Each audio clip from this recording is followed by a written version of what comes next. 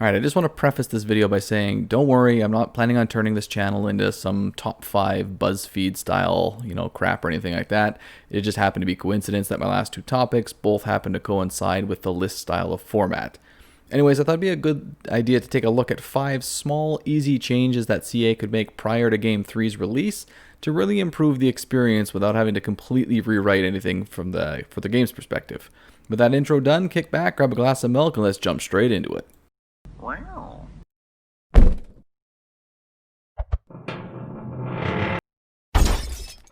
Again, just to reiterate, none of these changes will be big ones. These will all be small enough to justify doing them in Game 2 rather than having to wait for Game 3. We'll start with the easiest ones and then work our way up from there. First on the list then is making Footlords viable again. Whoa, whoa, whoa, whoa, whoa, whoa. That's a huge undertaking, especially with the guys on Dragons and Necrofex Colossi, and yeah, okay, let me just stop you right there. Sure, those will always be powerful, no debates here. But viable doesn't have to mean best. Footlords are essentially easy prey for anything with mass. If your opponent wants to take your Footlord out of the game, all he has to do is cycle charge them until they disappear. The thing is, that doesn't have to be the case. I've seen CA debate how to do this and hum and haw, but a mod that I don't even use figured this out years ago. Make it so they can't just be cycle charged all to hell and back. By either increasing their mass to a point where they aren't getting knocked over by a horse and then possibly also giving them charge defense on top, they won't get tossed around like ragdolls just because their opponent is running at them. An easy way to solve for this would be for dedicated Footlords, give them a skill. Let's call it Bulwark for the sake of argument, where level 1 gives you the aforementioned mass to resist being knocked down, level 2 adds charge defense, and level 3 changes it to charge defense against all or expert charge defense. If an opponent tries to cycle charge you, they'll quickly regret the decision because in failing to knock you over, your counterattacks will still be much more powerful, typically speaking, versus them. Not only would this make Footlords a reasonable pick once again, but it would also force a new strategic decision for both sides. If your opponent wants to go toe-to-toe with your Footlord and they're on a horse, they're likely going to lose that fight due to worse melee stats. But on the flip side, if they need to pivot to somewhere else in the battlefield, they can massively outrun you. Now, again, if your opponent is riding around on a dragon, that initial charge, might give them a couple swings in the face, but in direct combat, they'll probably have pretty good odds of winning in a drawn-out scrum unless you've got like a bonus versus large or something. And again, the thing about such a change though is, this would still be hilariously easy for CA to implement. They could literally copy and paste this skill in every appropriate Lord skill trees. Would this lead to some upset balance instances? Yeah, probably. I'm not going to deny that. But toss it into a beta patch and try it out, and then if it works out, neat, toss it into the mainline patches. And just as kind of a bonus point on this one, I would love to see the base charge defense make it so that an opponent doesn't get tossed backwards when they're properly set up for it, when they actually get the charge defense bonus, which would render the mass point from above completely irrelevant. And expert charge defense, I actually kind of preferred the way it worked in previous games, in that it didn't just remove the enemy's charge bonus, it actually reflected it back at them. This would go a long ways towards balancing out both the tier 5 doom stacks constantly running around the battlefield in single player, as well as the fact that your Footlords are effectively useless because charge defense doesn't really help all that much in the base game. Having your single entity monster kill itself because you ran it into pikemen repeatedly would quickly teach you that such a tactic is non-viable. This is my own personal opinion on this one. I just kind of tacked it on because it is semi-related to number 1. I realize the multiplayer crowd's probably frothing at the mouth right now, but just personal taste on that one. Alright, let's move on to point number 2, which is also hilariously easy to do. Shortening up the siege attrition timer.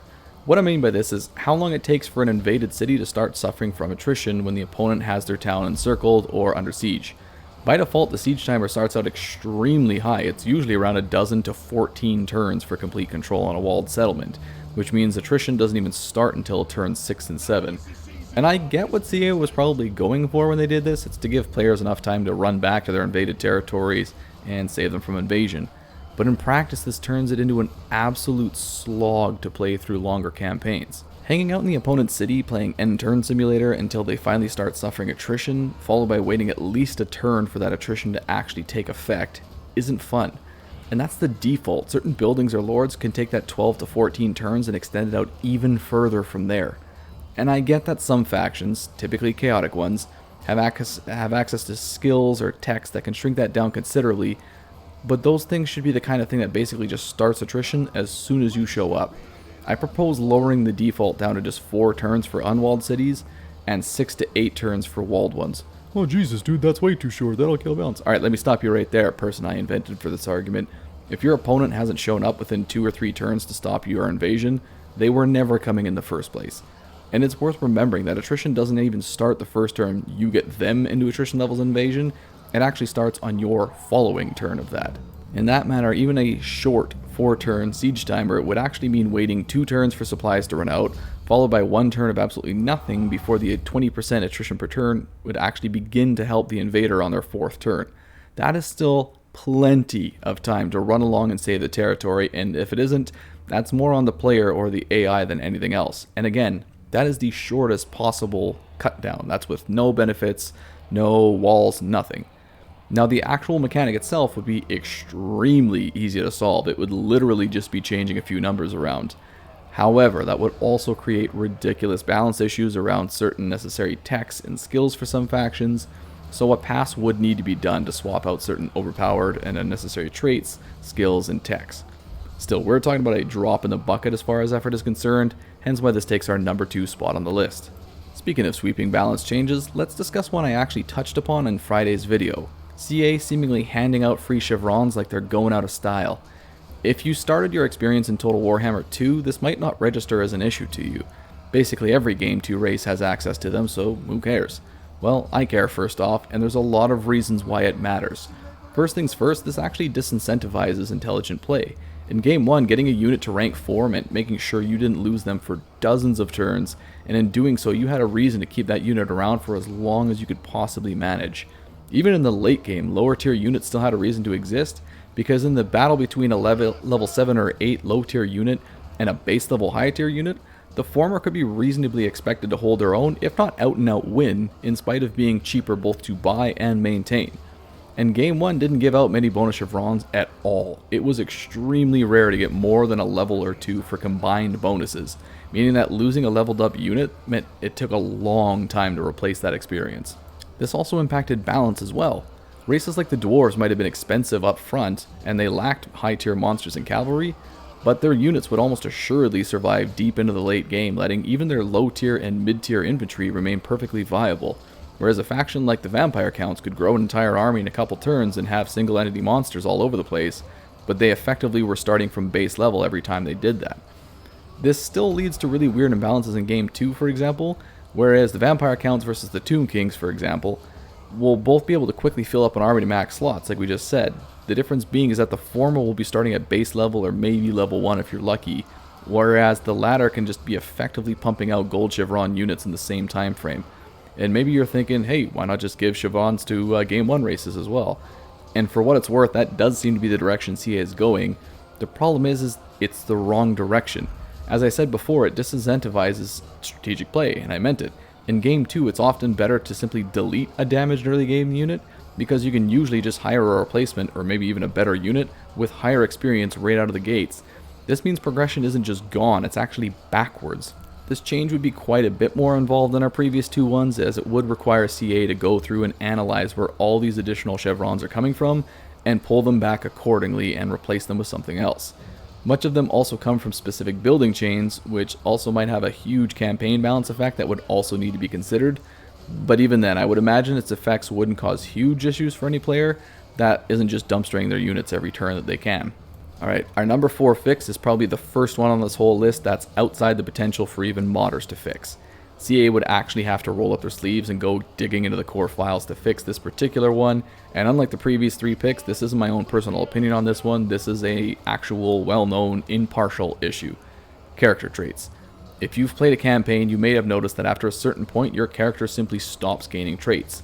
Now, the CA tooltip says that this maxes out at 30 traits, but if you've ever taken a look, you've probably found that the number could be higher or lower, because it seems like the engine can't seem to figure out what traits count and which traits don't for that thing.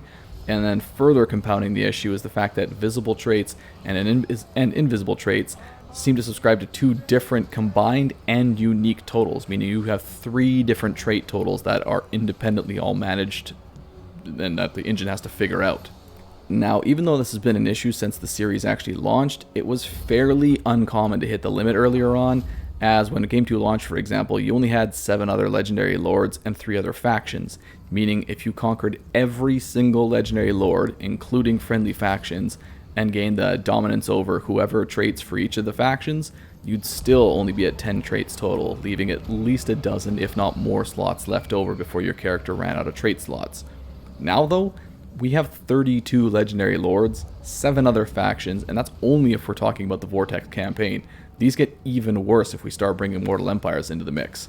It's now possible to run out of trait slots before running out of legendary lords to defeat in combat.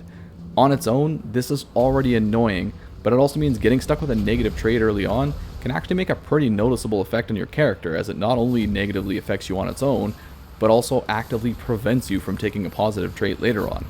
On some characters, such as Dark Elf Lords and Bretonnian Lords, this can be especially devastating because they are extremely reliant on their special traits. However, this also allows you to cheese the crap out of the game.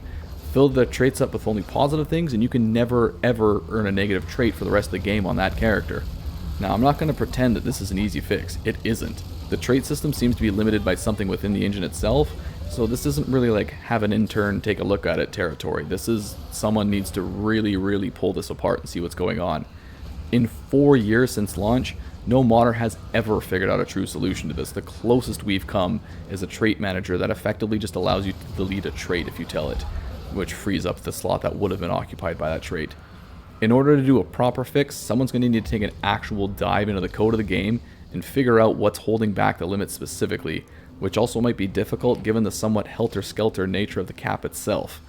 But we've already gone way past the point where 30 traits is enough. Vanilla Vortex needs almost double that cap on its own, Vanilla Mortal Empires needs almost triple that cap on its own, and with mods, well, I mean, you get the picture.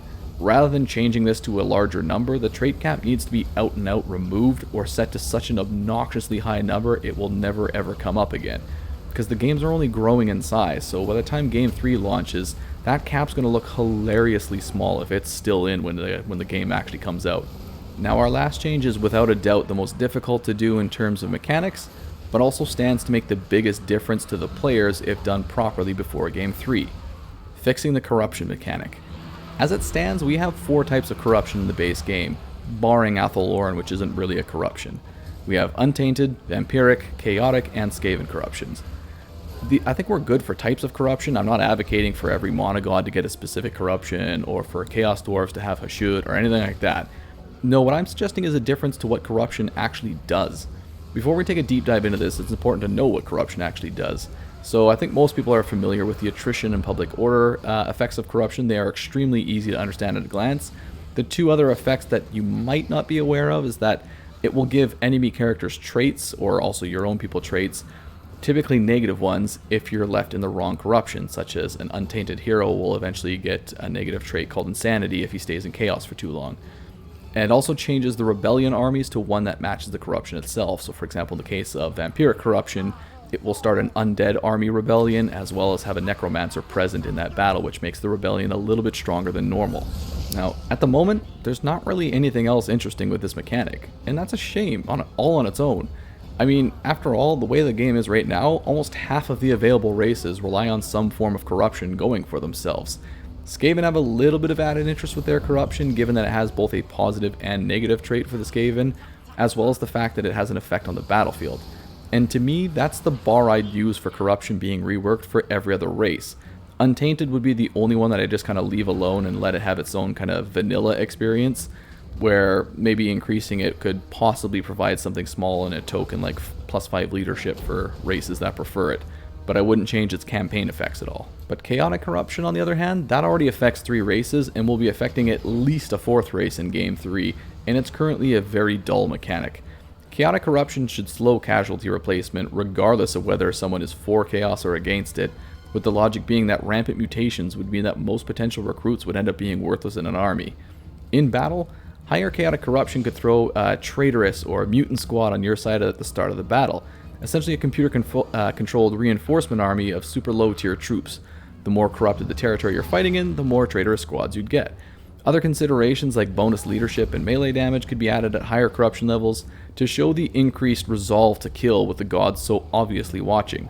Lastly, perhaps at full 100% corruption, you could summon a single, chaos spawn army, we'll say, somewhere on the battlefield with the barriers between the aether and reality being so thin. You could just make the justification that they're calling them through the void itself. And again, this is pretty easy to do stuff. If CA really wanted to go nuts with the idea and do some hard stuff, they could do stuff like adding in Lord and hero skills, allowing you to get additional effects in battle or on the campaign side of things for having additional corruption, or changing the recruitment costs for your units, where human units like Marauders could be cheaper at low corruption and demonic units expensive, and then of course switching the two of those, so as demonic corruption or as chaotic corruption goes up, your demons get cheaper, your humans get more expensive. I'm not saying like any of the crazy complex stuff is expected or even reasonable prior to Game 3, but if the Chaos Demons and potentially the End Times are going to be a huge factor of Game 3, Chaotic Corruption needs a dramatic improvement to make it fun again. And don't think I've forgotten about Vampiric Corruption either. With Bone Daddy Nagash on his way in the third game, it too needs a passover before then. Vampiric Corruption should slow down growth in all territories, undead or otherwise. After all, it's extremely hard to feed your people or feed on your peasants when all your peasants can't grow any food of their own. In battle, Vampiric Corruption could provide increased missile resist, thanks to the ominous mists making faraway targets super obscure and difficult to see, as well as decreasing the enemy leadership, as the enemies of the vampires would constantly question what's hiding in that mist. At 100% corruption, you could perhaps get like an army-wide regeneration buff, giving your troops, increased staying power, so long as you can actually keep them alive in that battle. And once again, this isn't really hard to do. They already have the tools in place for this. But it's going to feel a lot less fun trying to resurrect Nagash if the Vampiric Corruption system is left as is, because public order and attrition modifiers just aren't that much fun to use as a player. Last up, while Skaven Corruption is pretty much already spot on as is, two small tweaks I would make it is to give maybe like a small bonus to speed with increased corruption, as well as army-wide Vanguard deployment when you have 100% corruption. These would both be done with the theme of assuming that Skaven had already thoroughly penetrated every possible area on the battlefield. Anyways, those were my top picks for small, easy to do changes. Did you like the picks? Did you have anything of your own to suggest? Do you want me to discuss something specific in the future? Bring it up in the comments down below and I'll do my best to hop to it. As always, I want to thank you so much for hanging out with me, and I'll see you all next time.